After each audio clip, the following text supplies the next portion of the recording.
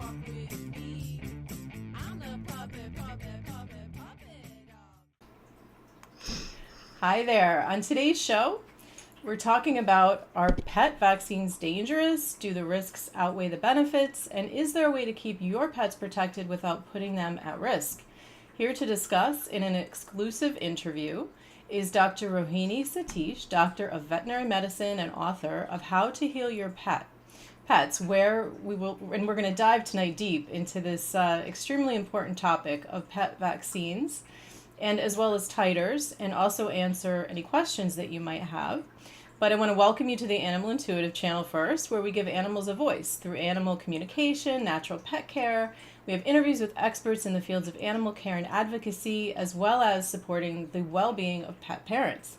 I'm Angelo Webb, and I'm here tonight with Dr. Rohini Sathish, who is an award-winning, highly experienced holistic integrative veterinarian and a qualified animal healer based in New Jersey, and author of You Can Heal Your Pet.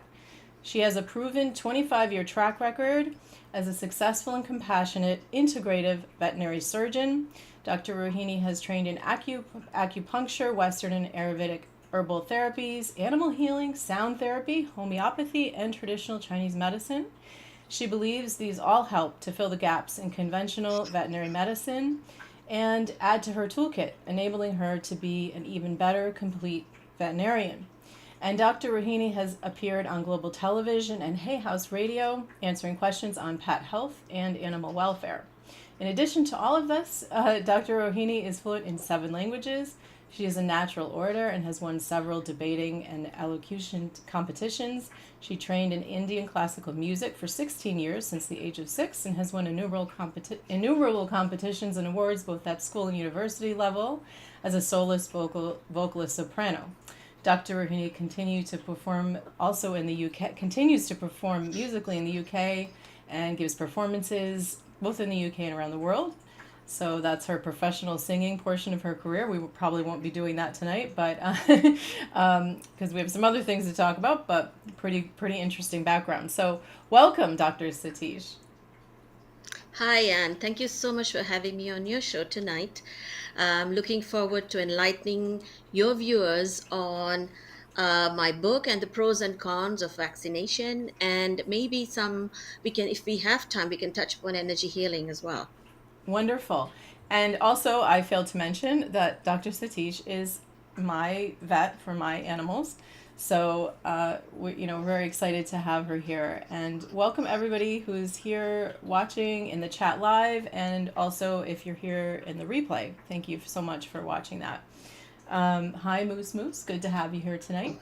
And we want to let you know too, if you are in the chat and you have questions as we go along, please feel free to put those in the chat. And hi, Melmac. Thank you so much for being here.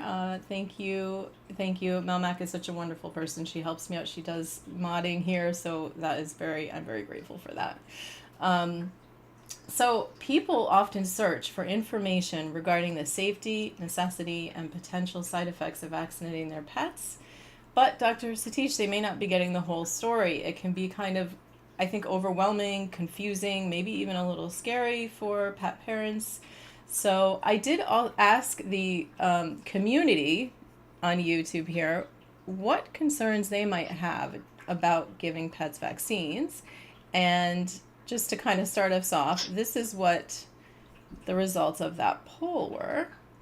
I kind of misspelled this, and then YouTube wouldn't let me change it, and people had already started filling out the poll. But do you have concerns about giving pets vaccines? So we had kind of a really interesting, it was split almost evenly. I mean, I do all initial vaccines, boosters with no concerns, and I only worry about doing too many boosters, and I do only the absolute required. My vet does titering, and we'll talk about titering. Those were split.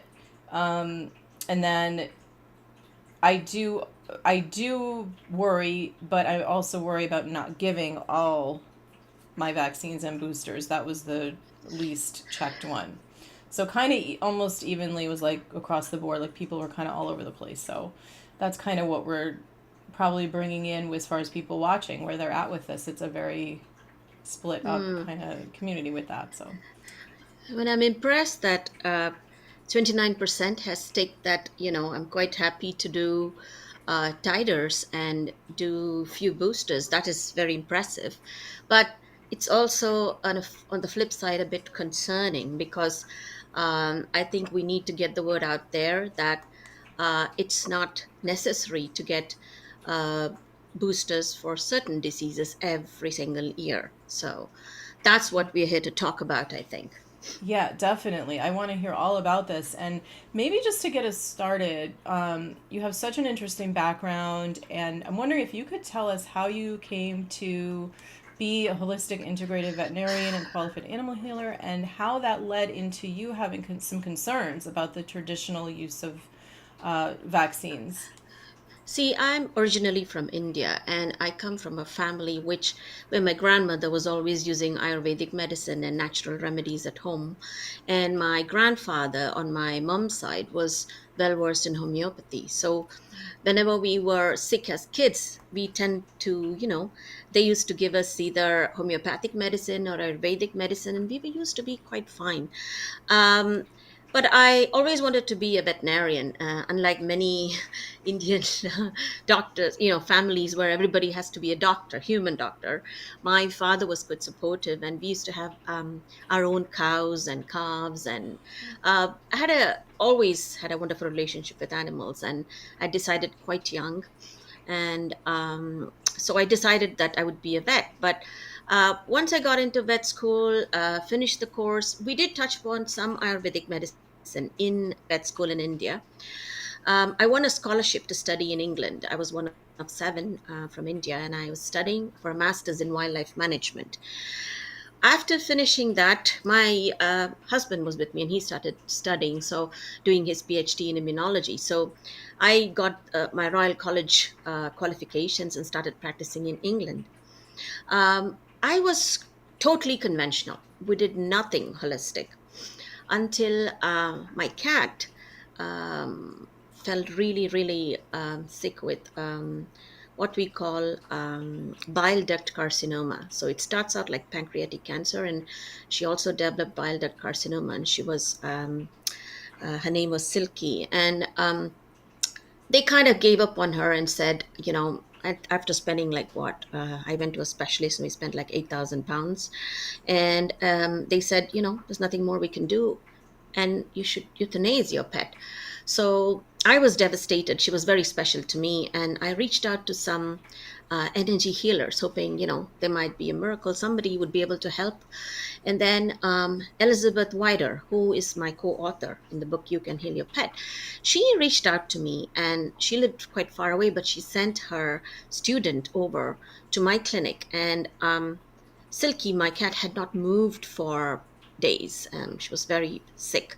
But the healer came, she gave us some energy healing, and they offered her some essential oils. And for the first time in a week, Silky jumped up and sat on the couch on her own. Wow. I was amazed, we had kind of resigned that nothing was going to make a difference because the cancer had spread everywhere and we couldn't do anything else. So to see her getting energy, and all she had was taken a whiff of bergamot and the energy healing from the healer, and I saw the effect it had on her, I was gobsmacked. Um, Silky passed away in my arms a few days after, and all that. But I then decided that I'm not just going to rely on conventional medicine. I needed more tools in my toolbox, and I need to know more about other modalities. So I did a diploma in energy healing with Elizabeth Wider. I did an animal communication course with her. Then I started training in acupuncture, acupressure. It didn't stop. I just tried to explore everything because I believe that ancient medicine has a place, and it doesn't matter what ultimately cures you, whether it's ancient medicine or conventional medicine, but we want the welfare of the pet. So That's how it started. It was a personal experience that triggered this whole journey, and I always credit Silky with being that, Hmm. what shall we say, the reason Catalyst. behind, Not yes, the excuse the pun. catalyst I didn't mean. for my journey. And I haven't looked back since. And um, one of the things I always mention to my clients is that remember that, um, you know, at the end of the day, we are here to alleviate suffering, and we want to do the best we can. And it doesn't matter what modality you have to choose. But once you've been doing this for 35 years, like I have, you kind of know what conditions respond to what modality. So there's no one shoe fits all. It's all about personalized medicine. So it's wrong to say that everybody has to use this or every animal has to have this shot. So that brings us the topic of vaccinations. And um, key principle in any medical field is do no harm. Okay. And I started realizing that uh, if you over vaccinate, you can do more harm than good. So that's where I started researching more, and I read on Dr. Jean Dodd's articles on the excess excessive increase we are seeing in diseases like atopy, allergic dermatitis, and sometimes even some autoimmune diseases. And we started realizing that a lot of it has to do with over vaccination, you know. Uh, and then when I wrote the book, I wrote a whole chapter on the vaccination debate. And in that, I have told you what the World Small Animal Veterinary Association tells you about the key guidelines you have to follow when vaccinating your pet. You don't have to give every single vaccine every year to every pet. This You is the. have to, that's the thing. Yes, that's a book. And I would strongly, strongly advise you to reach that chapter. It kind of will answer all of your questions. But since we are here, let me try and uh, take it step by step and give you some explanations. How many of your clients don't know what titers are, and are they all pretty holistic, or how are your viewers?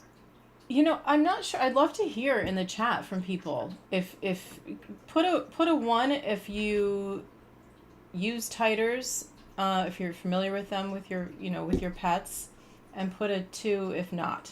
One if yes titers, two if not. And by the way, if you're watching this, please, if you're benefiting from it, please like, subscribe, and share the show. We do appreciate it. And we'll see what people say about that. I would say that in my the work that I do, I almost want to say like pro- more than 50-50, but maybe like 70-30. I definitely have people that I work with as a communicator and even doing massage and acupressure that haven't done titers. It might Yeah, just be their vet that hasn't told them. They like their vet and they've been with them yeah. for a while, but they haven't educated the client about it, the patient. So, if there's one thing your viewers are going to take away from this talk, oh, that's good. So Tammy We've got, Benson, she says yeah. she learned about titles a while back. So that's good. Well done, And then we've got two here Tammy. that are not familiar Okay, with titers. so let's put it like this. Just because you're vaccinated doesn't mean you're immunized. Okay, two different things. So the only way to know if you're definitely immunized is if you titer test, which means you're going to take blood, send it off to a laboratory, and they will test if you have enough antibodies to that disease against which you were vaccinated. Okay, so until you have proof, you don't really know if you're immunized. Let's put it like that. That's the simplest way. You could be vaccinated, but you might not necessarily be immunized.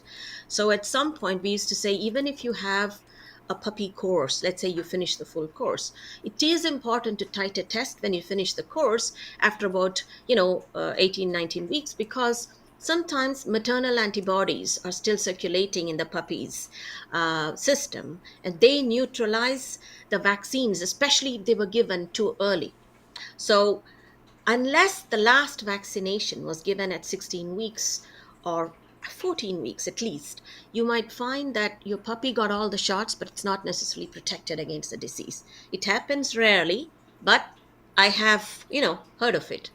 So what we do when we do titer testing is, let us say your dog is due for its next distemper, parvo, and hepatitis shot, because they usually come as a combination. We take blood and send it away for a titer test, and that will tell us if your pet has enough antibodies against distemper, against hepatitis, and against parvovirus. And if let's say you have enough antibodies against distemper and hepatitis but not enough against parvo, then we just vaccinate your pet for parvo. We don't vaccinate for distemper and hepatitis. So this is basically evidence-based medicine. Mm-hmm. So we only give you the protection that you need. Mm-hmm.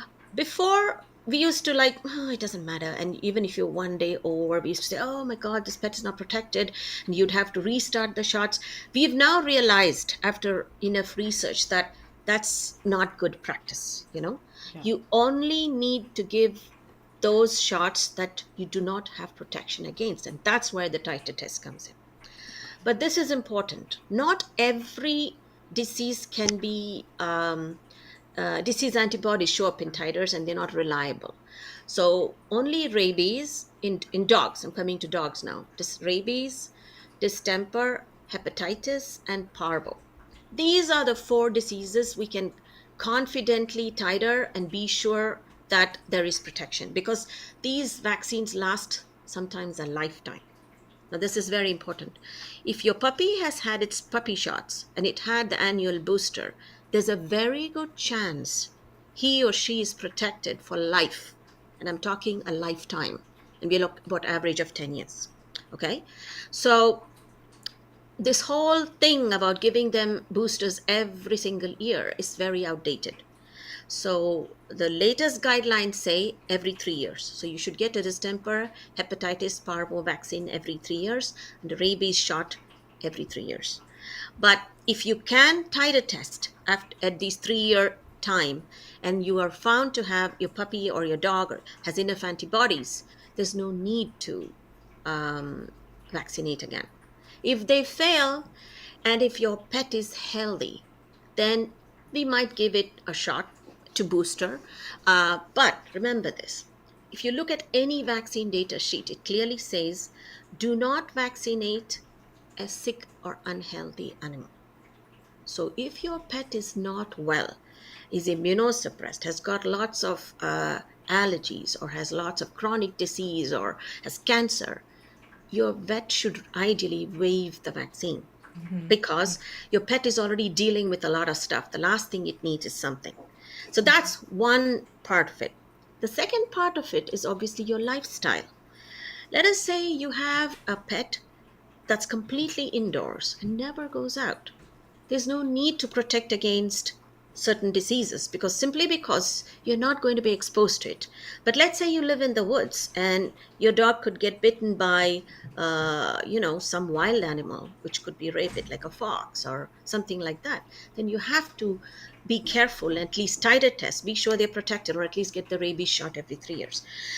um, and of course, if your pet doesn't like other animals, or may attack a human or an animal, then you're protecting your pet from being taken away by giving the rabies shot. Because I'm telling Mm-hmm. you this, if your pet is not up to date with the rabies shot, and he or she ends up biting another pet or another human, he has to be quarantined, and it's not nice. So my strong advice to be, if you have a temperamental pet, if you have 100% control over it, then it's your choice. But otherwise, I strongly recommend you keep them up to date with the rabies shot, especially in the USA, because it's required by law.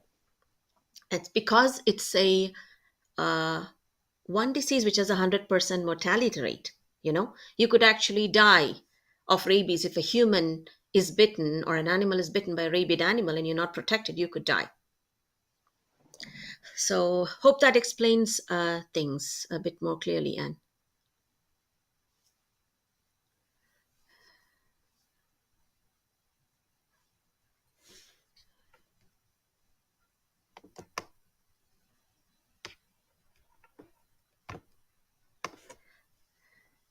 I can't hear you, and That's because I had hit mute to clear my throat.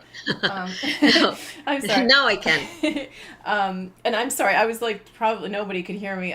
My lips were moving while you were talking. Just as you were talking about animals that don't get along, my cats were starting to have a little scuffle around me. That's why I was like, oh no.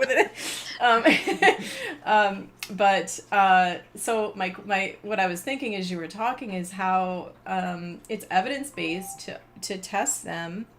And yeah, my husband's like, no sound. Okay, we're on a delay. So it's evidence based to test them, but I don't know if you found this being in the field, but I feel like people would look at me kind of funny. Like more traditional vets would look at me funny if I would ask about titering in the past, and then I just stopped going to, for the most part, traditional vets unless there's some reason that you have to go out for some other like test or whatever that but for the most part, I go to holistic. I go to you now. And do you find in your field that it's becoming more acceptable, or is there Yes. pushback?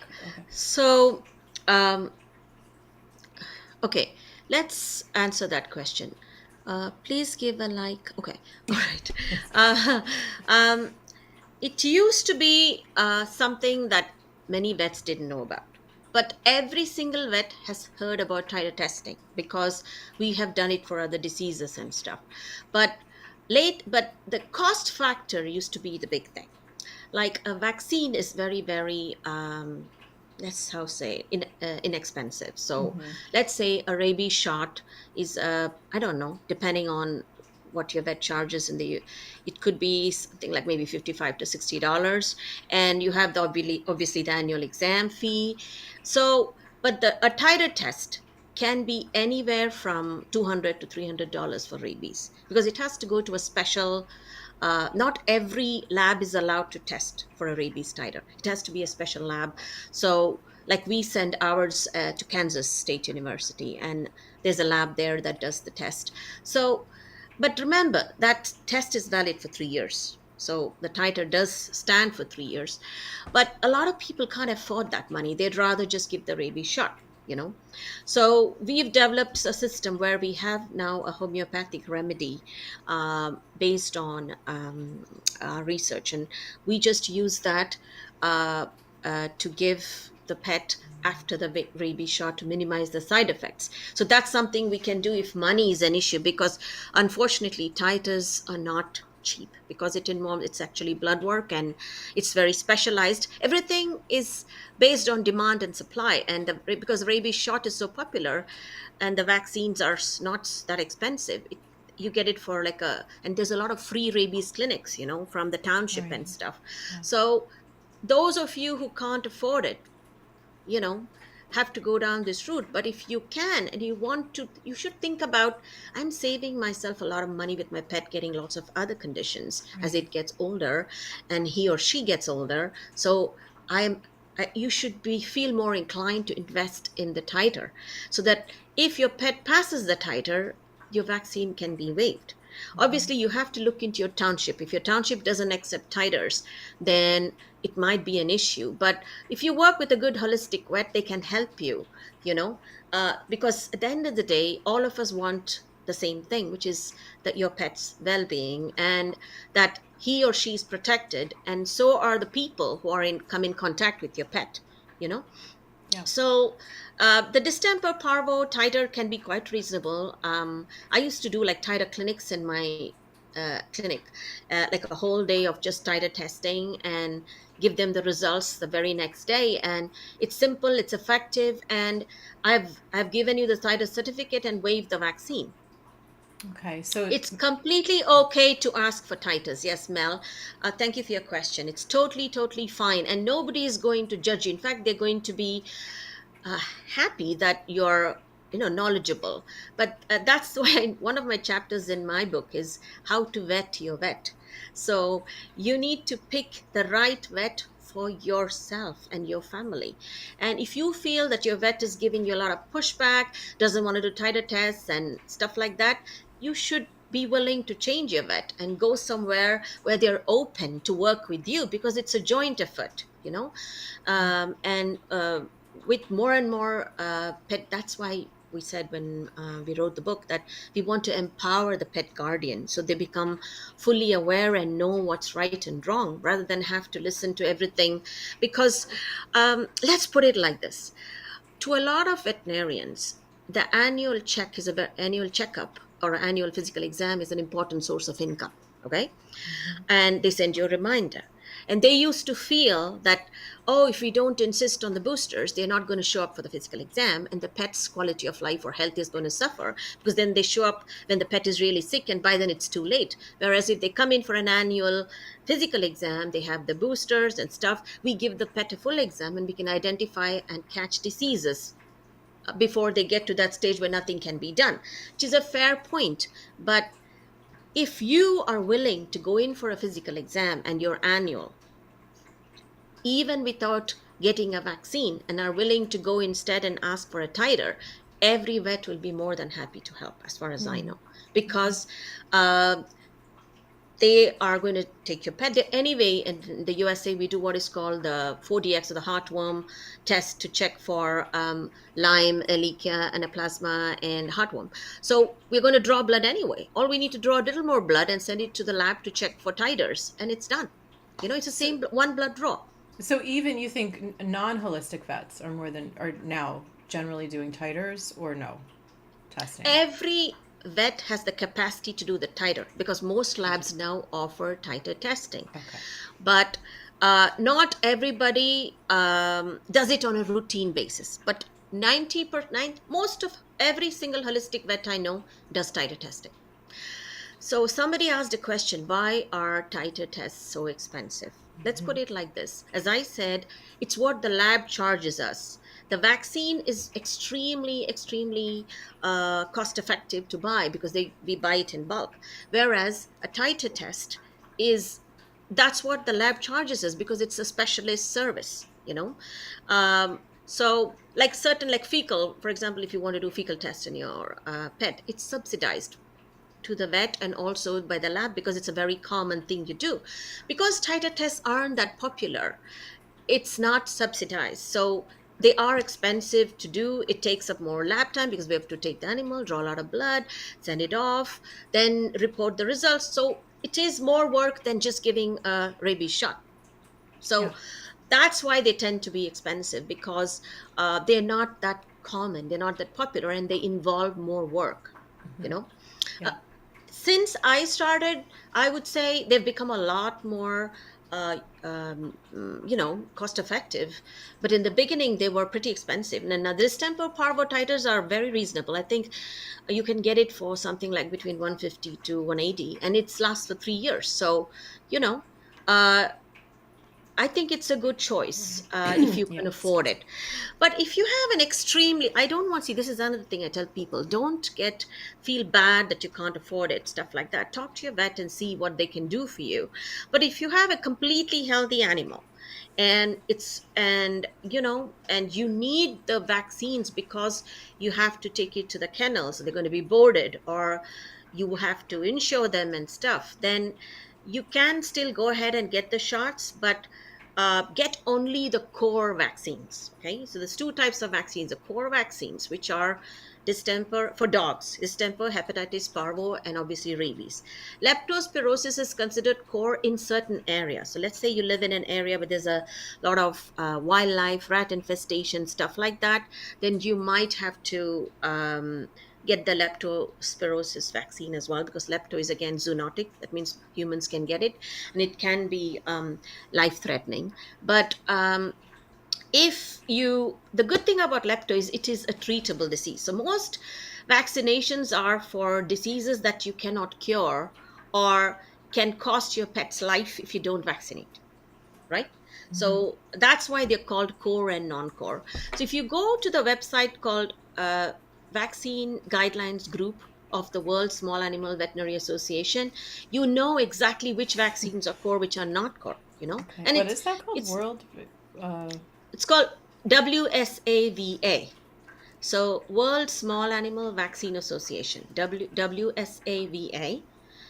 And then there's a group in it, which is called Vaccination Guidelines Group. So you just read what the advise, and you'll clearly see what your pet needs. And as far as cats go, it's the feline distemper and the rabies that's core. The feline leukemia and is not considered core, but again, if your pet is an outdoor cat that can get into fights, I would strongly advocate getting that vaccine, because that's again life threatening. So it's better to get feline leukemia vaccine. And unfortunately, the titer test, except for panleukopenia in cats, is not very good. So, except again, only rabies. Usually, we tend to titer test for rabies and for feline panleukopenia, as far as titer testing goes. And it's the results are reliable. With the kennel cough vaccine, which is the Bordetella, which most pets have to get if they go to boarding or daycare.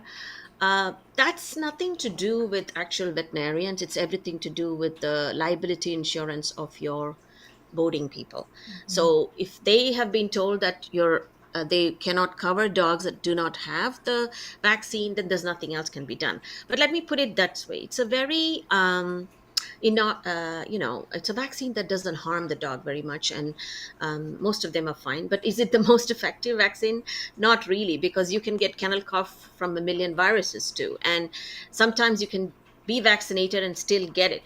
Uh, that's why respiratory diseases like kennel cough and even COVID are hard to get protection through vaccines, because they are in the air. Anything that's based on droplet infection, like we call it, through the air, is hard to vaccinate against, whereas more systemic diseases are is easier to protect with vaccines. But things like Bordetella are harder. But it's a harmless vaccine. It doesn't cause a lot of harm. And also try and stagger it. Don't get all the shots on the same day, because then you won't know what your pet reacted to. So I always say to people, try and get different vaccines on different days. So, like a week apart. So by the time your body has got used to the rabies, you know that, okay, he didn't have a side effect to rabies, and you can go and get the other shot if it's necessary. But definitely do get the puppy vaccinations and one annual booster, because that definitely protects your dog. And same with kittens. Just make sure that the final vaccine is at 14 to 16 weeks. If you do it too early, you might not get the benefit of the vaccine, because it's neutralized, as I said before, by the maternal antibodies and the protection that's given by the mom. The antibodies will neutralize the vaccine, so your pet might be vaccinated but not really immunized. It's so interesting. This is great information. You're right, Melmac.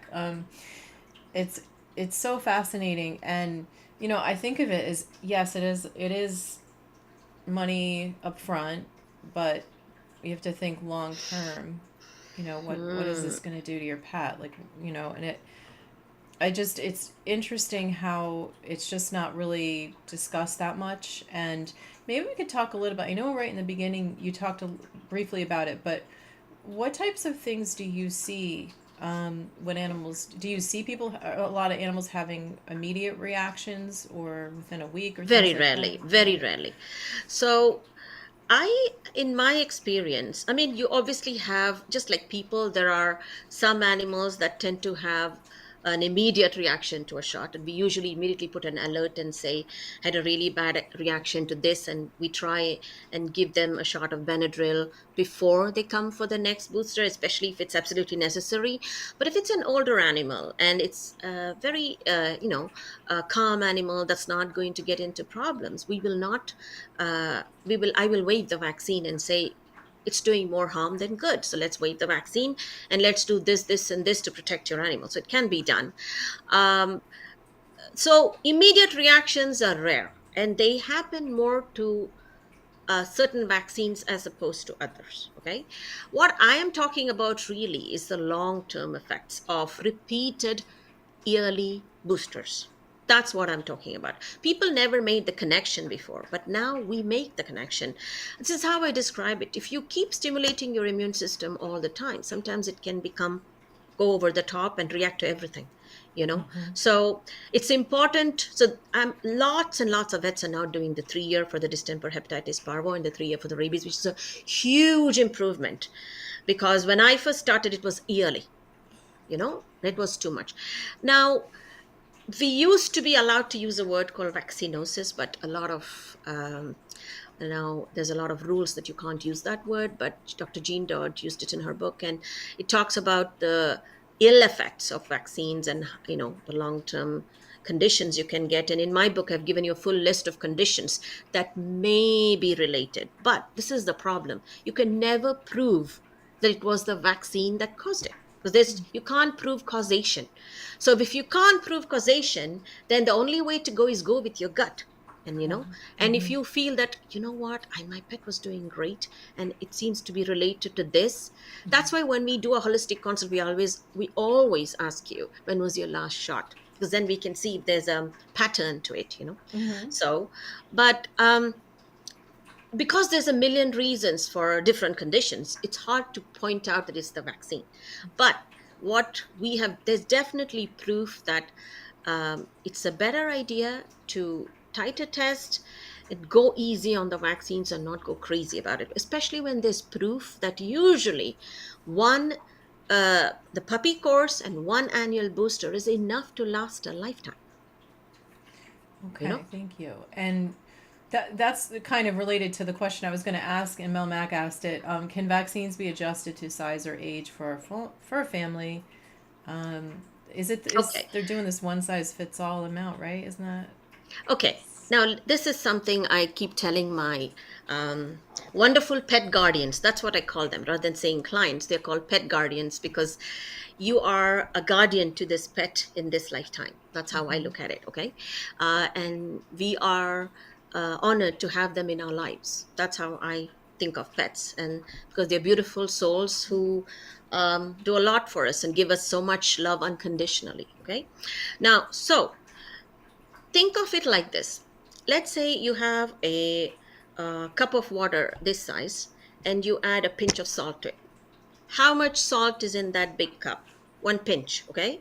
Now I have a cup that small and I add 1 pinch of salt to it. How much salt is in this one? The same. 1 pinch. So the bottom line, as far as immunology goes and vaccine goes, has nothing to do with the dose, because you need that much vaccine, the same amount of the disease particles or the virus is there whether you give 1 ml or 5 ml. So if I reduce it, you're going to get half the amount of the actual let's say deactivated virus or something.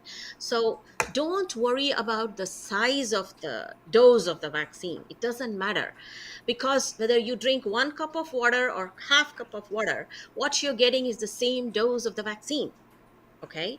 So we don't have to, it's not like an antibiotic, or it's not like other steroids or other medication where the dose is dependent on the weight of the dog. Immunology works differently. It has nothing to do with the size of the pet. It's about how much is required to create an immune response and produce enough antibodies so your pet can be protected if it were to be exposed to that disease. Right? So this whole thing about why are they giving the same amount to a large dog and a small pet is explained in that simple thing. It doesn't matter, simply because uh, the amount is not dose dependent. It doesn't work like it does with antibiotics and stuff. It's like that.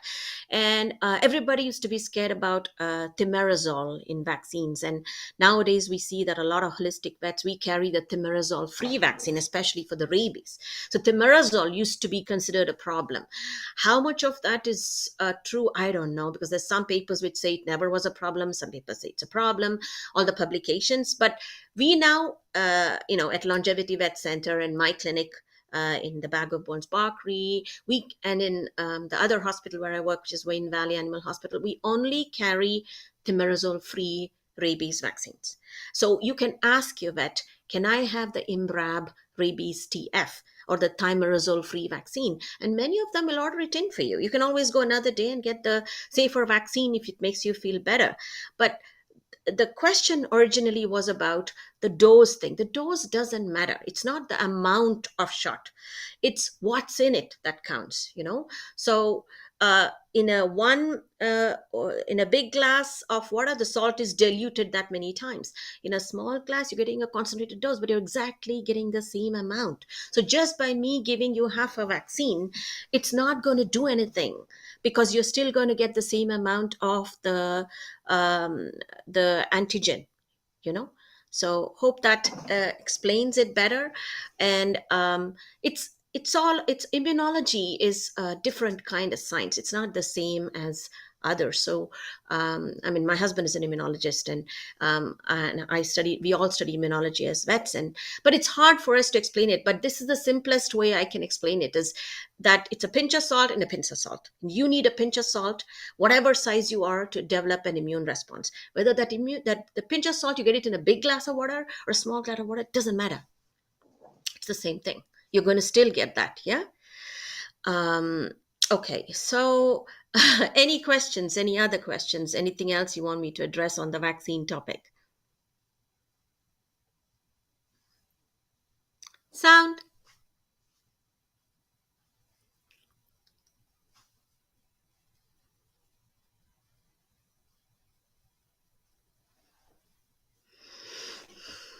I can't hear you, Anne.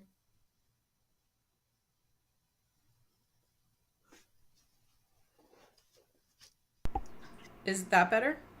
Much better. Okay. Thank you. Um, yeah, no, that is very helpful to clarify that, because I think that was something going around for a while that even confused me for a little while, where it was like, what, you're giving that, this little dog the amount that's the same amount for, it's too much. It's like the amount for an elephant kind of thing. And it was kind of, No, so it's that not helps dose me. dependent. That's the key word to remember, is vaccines are not dose dependent. Okay, Okay, good to know. so yeah, so there's no, I explain it to my things that way, because it's the concentration that matters. It's not the amount of volume of the vehicle, we call it, what the vaccine is actually suspended in. It doesn't matter. So don't worry that your pet is getting too much. We wouldn't. And remember this, every single veterinarian who chose to become a vet did it because they love animals. We don't want to harm them either. And we don't have the same emotional bond you have with your pet, but all of us want to do right by your pet. Okay. So, and the vaccine companies have huge liability too. So they wouldn't be advocating the same dose for a small animal and a big animal if they thought that was wrong. They can't. There's a huge liability involved. So, but that's the explanation. And I think more and more vets should explain it better. So I think it's the lack of education. The vets should explain it to the pet owner when they bring their pet in, why we do what we do, and then there wouldn't be any issues. Right. And Yeah.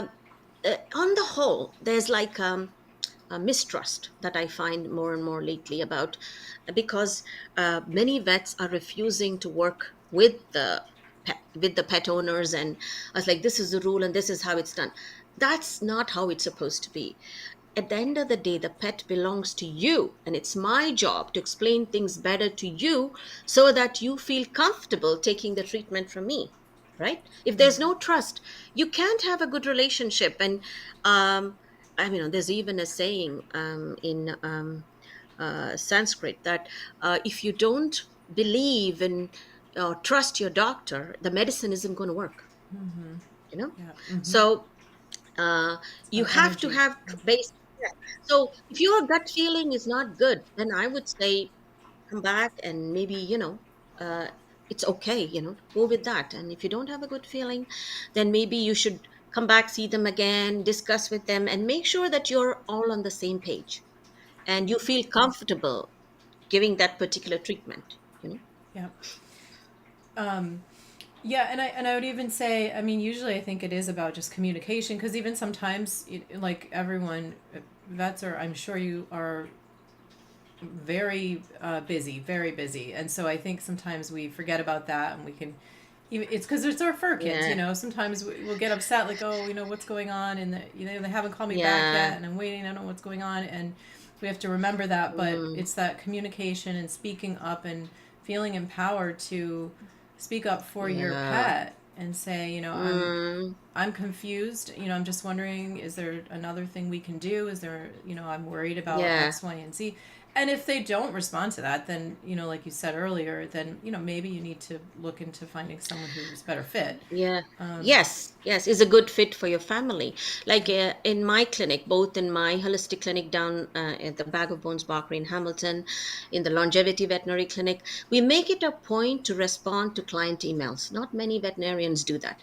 We always respond to your emails, and that's like I can't email my doctor suddenly and expect answers, but I do provide that service because I know how anxious you can get, and and that's very important, communication and explaining to them why I'm doing what I'm doing. Yes, time is sometimes a problem, but this is the thing. If you're willing to pay for your vet's time, because they are on an extremely, right now there's a huge DVM shortage, so every vet is oversubscribed, and there are some vets who are literally refusing to take on new clients. It's that busy for us, and all of us want to do the best for the pet. So you can only work so long. right. So please remember that their time is valuable, but those days are gone when vets you gave you 7-minute appointments. Now the minimum is 15 minutes, and I give my clients a minimum of half hour. My consultation is, first consultation is an hour, and the subsequent ones are 30 minutes. I don't do Mm-hmm. anything less than that, simply because I cannot explain and do justice to the pet if I don't give that much time. Yeah. It's easy in conventional medicine, just come give it a couple of shots and send it home. That's not how it works. We have to explain and have a rapport. So, if you are willing and you can ask for a double consultation time, most practices will allow it. If Mm-hmm. you have a lot of questions. Mm-hmm. So I would follow that route if you wanted more time with your vet, and a majority of them will be able to do it if they have the time and the facility. What do you think the shortage is? I see Tammy's mentioning. I think that's New Mexico is definitely needing more good vets and centers. What is that about? The shortage of. What does she mean by NM? I'm assuming New Mexico. I'm not sure. Um, Yeah. I would have assumed that was Uh, more holistic, but I don't know. I don't know New so if Mexico very you well. go, to the American Veterinary Holistic Medical Association website, you will see a list of all the holistic vets in your area.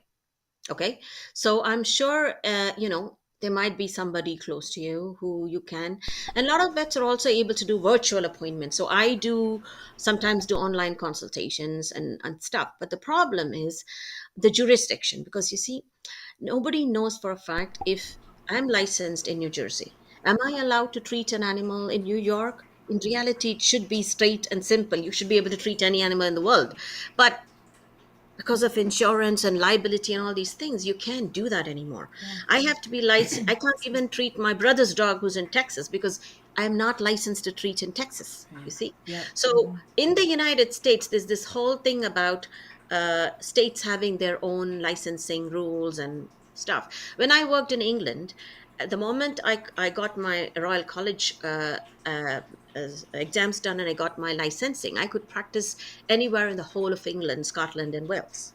Oh But wow. it's not the same in the USA.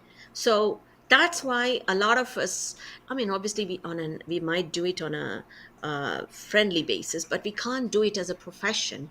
I can't just go and start treating a pet in some other state without being licensed in that state, or even giving advice, because we live in an extremely litigious society, Mm-hmm. and Yeah, that's the we have the problem. same thing as You know, therapists that you can't. It's state by yes, state, yes, and there's been a lot of that. Like, well, there's a shortage of therapists. Why don't there were some things that were changed a little bit during COVID where they were allowing a little bit more leeway, but now it's like now we're going to review it again and shut it. And it's like yeah.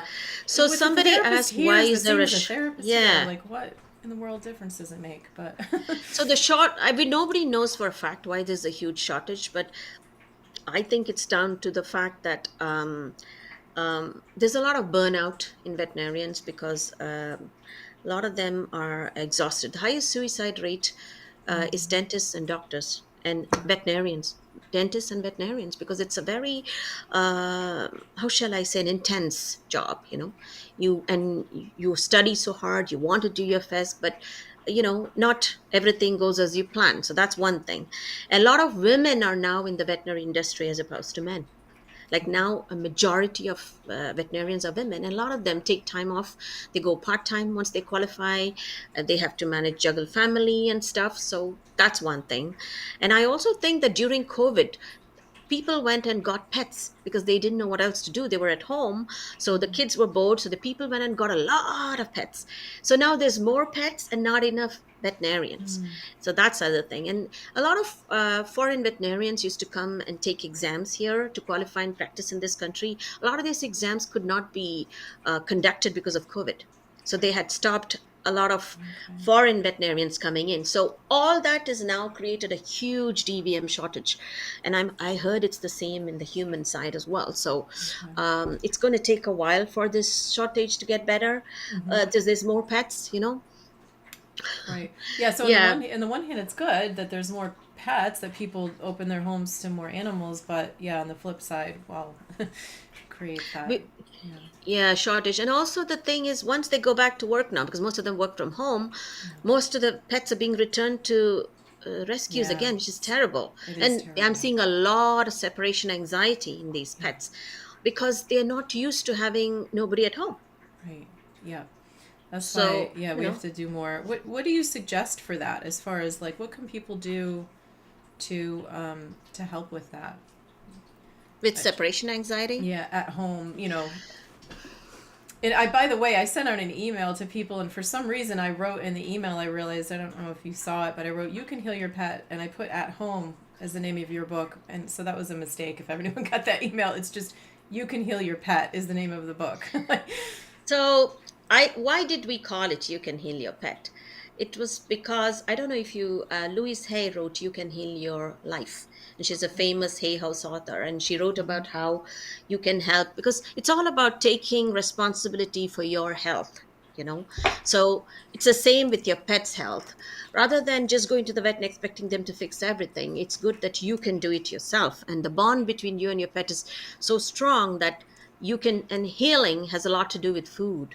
So by feeding the right food, by communicating with your pet properly, by taking them to see the right veterinarian, by doing titer testing instead of over vaccination, by making sure you only medicate them as necessary, by giving them supplements. So all these are things that you can do as an owner, which is why we say you can heal your pet rather than the vet can heal your pet, because healing is different from treating and curing. That's a whole different chapter we'll talk about another time, but that's why we decided to use the name You Can Heal Your Pet, because you have the power, provided you take responsibility and learn things and do it the right way, and that's where energy healing and communication is a huge thing. I was a skeptic until I met Elizabeth Whiter, and also after my own experience in energy healing communication. I know, Anne, you do a lot of it yourself, and I strongly advise people to take a course in energy healing and take a course in animal communication. I think you have your own training online, correct? I do. I actually have, if anyone wants to grab it, I have a free 90-minute class. Thank you for that little plug there. Yes, and there's a little QR code too. If people just want to put their phones up, you can grab this class through doing that, or go to my website, intuitivetouchanimalcare.com, and that'll take you out to the site that houses my classes right now. I don't know if I'm going to keep that out there forever, so I'll just give you my site, and then you can get there through that. But you can also use this QR code. But that's a free class. You can get started, and I have other, you can take other courses there too, but that will get you started at no cost to you. So definitely do this with your pets. They need it. They need that connection. And if you're going to be going back to work, like Dr. Sathish said, if you're going to be changing your schedule, you can let them know that. You can tell them that this is you can show Yeah. them time. You can show them how this is going to work, that maybe this new person's going to be coming in every day to take them out, or whatever's going to be going on. You can do it for vacations too. So yeah, and whenever I've done communications, a lot of pets have said, "I wish they would explain to me what was happening rather than expecting me to guess." And this is another thing. I'm sure you felt that too. Is the problem is not about talking to your pet; it's about listening to them. We are Yeah. great at talking and going na na na na, and I know people who have full blown conversations and with their pet, which is great, but are you spending that quiet time to sit and listen to what they have to say? And a lot of us, if we can train like you're teaching and Elizabeth used to teach, and a lot of other communicators, is that we basically teach them to listen to their pet, see what they're trying to tell us, and that's where you can make a difference to them. Because I've had some amazing insights because of the owner telling me, I have this feeling. And sometimes I think it's not a feeling, your pet told you that. That's how you got that feeling. And I never say, oh, that's not possible, because I trust their intuition. Because a lot of times, because they're so in tune and the pet is trying to tell them that in many ways, they might have heard that, and that's why they think such and such is happening. And 90% of the time they are correct, they are right. And I listen to them. I do my own exam and I have my own procedure, but I'll also take into account, I don't quickly completely say, oh no, that can't be right, because there's and that's because I think your pet has tried to communicate with you many times.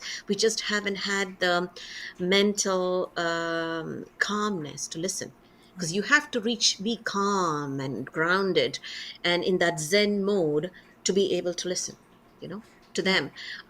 Yeah, so that's very important. And I strongly advocate, if you have the time, and don't think it's a gift and only some people can do it. Right. Anybody Yeah. can learn to communicate and be intuitive, provided you have the right frame of mind, the patience, and you have the time to Yeah. spend quiet time with your pet. I sometimes say, pet, sometimes put special music and sit quietly, and you will be able to hear. And like they say, he tells me so much just by looking into his eyes. That's exactly the same with the pet. You can look into their eyes, talk to them, and listen, you know? Right. Yep. And like you said, it's so much about just taking the time to do it. Because I agree with you. I think everybody who has the desire to do it can do it. And most of the time when I'm teaching, when I start working with a student directly, immediately, we're able to talk. Well, not, it's in the first few hours of the class. Part of what I do is help them to Yeah. recognize when they have spoken to animals previously. And it's just always beautiful to hear people, begin to see, they begin to see, make the connection. Oh, yeah, that really was me hearing them. It's just, we're not taught necessarily to acknowledge it as being what that Yeah. is. So, and how wonderful that you're doing that for people, that you're giving them that gift as a veterinarian of Yeah. listening to Um, a, them. a lot of, at least I do 3 communications and energy healing sessions a week. So what I do is I'm trained in Reiki and energy healing. So I do the energy healing. And then during that time, I can also tune into them and ask them certain questions and stuff. And that's quite popular both my clinics, both in down south and up here in Longevity. I have a lot of animals that come in for that. And sometimes I've found answers to mystery illnesses, like what's going on. And that time I'll advise a communication so we can get to the bottom of sometimes what's going on. Because a lot of times it's to do with pet interaction. Sometimes it's to do with, and 90% of the time, this is what I'm sure you've experienced too. When I ask them what the problem is, they always point to the owner, Yeah, a that lot of she has this times. problem. And remember that physically you and your pet are separate bodies, but energetically you are the same. You have that same energy. And a lot of times, what you're going through, clients will tell me, oh my God, you've just described to me to the T when I'm describing the pet or what they're going through. Because Yeah. pets, like very famous animal communicators have said that animals have the sole purpose of coming into our lives to heal us. Yeah. And sometimes they take on our illnesses, our problems to kind of heal, because they love us so love us so unconditionally. They have a soul contract sometimes. I'm sorry if this is all sounding a bit too woo-woo, Well, but no, this is this an is, animal communication. I mean, the animals. You're in the right yes. place. You have the right people Yeah, listening. yeah, yeah, yeah. But it's like with people, when you believe in the connections we have with certain individuals and why we suddenly feel like we know them, we've known them forever, you know. So it's exactly the same Yeah. with I do find a lot of times people and their pets have the same health issues going on. yeah, Yeah. 100%, yes. And it's weird. In fact, I've seen some cases where somebody who was very close to the pet deceased, and 6 months later, the pet has exactly the same disease. Yeah. And I've seen persons say, "Oh my God, my dog has diabetes. I've just been diagnosed with diabetes." It's very, very Yeah. common. Yeah. Mm-hmm. And they have the Definitely. same illnesses in the same family. I have a thyroid problem, my pet has a thyroid problem. Yeah. So, and then I sometimes give this opportunity. I say, okay, come, we have to do a combined healing, you and the pet together, because I'm also trained as a human energy healer. So sometimes I would give them a combined healing. So yeah, that's a good Uh, because Mel Mac is saying I worry about Joe taking, and also we don't want to say that just because your pet has something mm, going on that you gave it to them or that you caused it. no, no, You no. have to think about it as a journey. There's a reason that you're together, and there's Yeah, a um, yeah. you're being But aware of it, Mel Mac. So that's what's there's important. no You're need to feel guilty, and she yeah. doesn't have to think, oh my God, is he going to take on that illness? It doesn't happen every time. And a lot of times, that's why I tell the owners to tell their pet that I'm okay, I'm handling it well, you don't need to do this for me. Something as simple as that. And it doesn't always, it works. And they say, oh, he understands every word I say. I've heard that a zillion times from clients. That's what you're supposed to do. Tell them you're fine, you're dealing with it, you're going to get better, and all you need is his love, and he doesn't need to take on it, your Yeah. condition. Just be open with him, and it shouldn't happen. It's when you bottle up and you're miserable and they feel that they're being blamed for some problems. It's like that. But uh, don't there's no need to panic or feel guilty, or uh, think that this is going to happen every time. It doesn't always happen, but as I said, that's called a soul contract. And sometimes things happen, and I've seen it, and I've said, yes, maybe you should both heal yourselves together, and follow the same thing. Go on a healthy diet, go do more exercise together, listen to more calming music, avoid watching all the news and getting stressed about it, you know things like that. Because simple things that stress you out. I had a dog that had severe PTSD about a fire, because every time the dog was in a fire with the owner, and it saw how panic stricken everybody was, so just the word fire would cause severe reaction in the pet. So Wow. uh, I've it's they are so sensitive to your every emotion, how you behave, how you react. They know exactly what's going on with you. Even though they might not have the ability to rationalize things like we do, they can understand it very well on an emotional level. So I think that's why I say, when we say don't argue in front of your kids, it's exactly the same with pets. Don't argue in front of your pets too, because they totally, totally feel it. When I've Yeah. done communications, they've said, they tell me how scared they are of Yeah. the argument, and they blame themselves. Yeah. So I strongly advise people to treat pets as they would their kids, and show them the same amount of respect. And maybe the pet should go to a different room. Don't raise your voice or go and do that, because otherwise, in most pets will internalize and think they are the cause of the argument. you know Yeah. it's a big responsibility. So when people say, oh, I'm just getting a pet or just collecting a lot of pets, I always say that you have to understand that it's a lifetime commitment.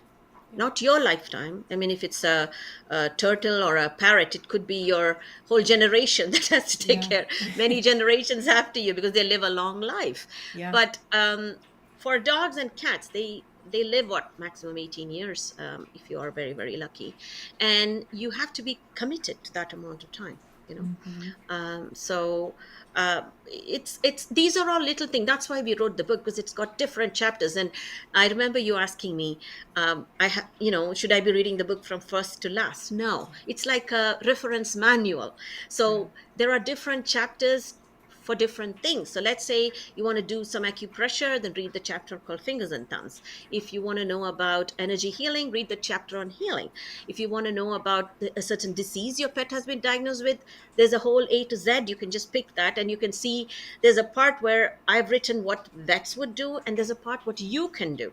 So follow the recipes that we've done, lots of recipes. Elizabeth is a fantastic cook, and she cooks a lot for animals and her pets, and so she has a lot of wonderful recipes there that you can pick up to cook at home for your pets, if you so are inclined to. And there's this chapter on the vaccinations, there's a chapter on letting go, and most of the communications I end up doing are when people are not sure if it's time to let go Yeah. of their pet. And majority of the time I can tell, and I'm sure you have felt that too, that sometimes. But remember, sometimes you might never know when your pet is going to go, because they will not tell you to protect you, Yeah. because they don't want you to hurt. So sometimes they will just go without letting you know, because that's how they do in the wild, that they'd go away, away from the pack, and let go. So you might never know if the pet doesn't, they only reveal what they want to reveal. Yeah.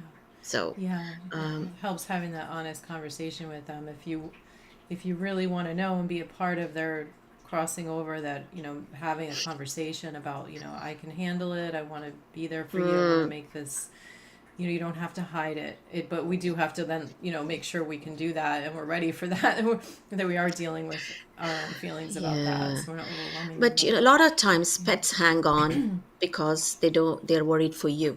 They Yeah. always tell me things like, I don't know if she's going to be able to handle it.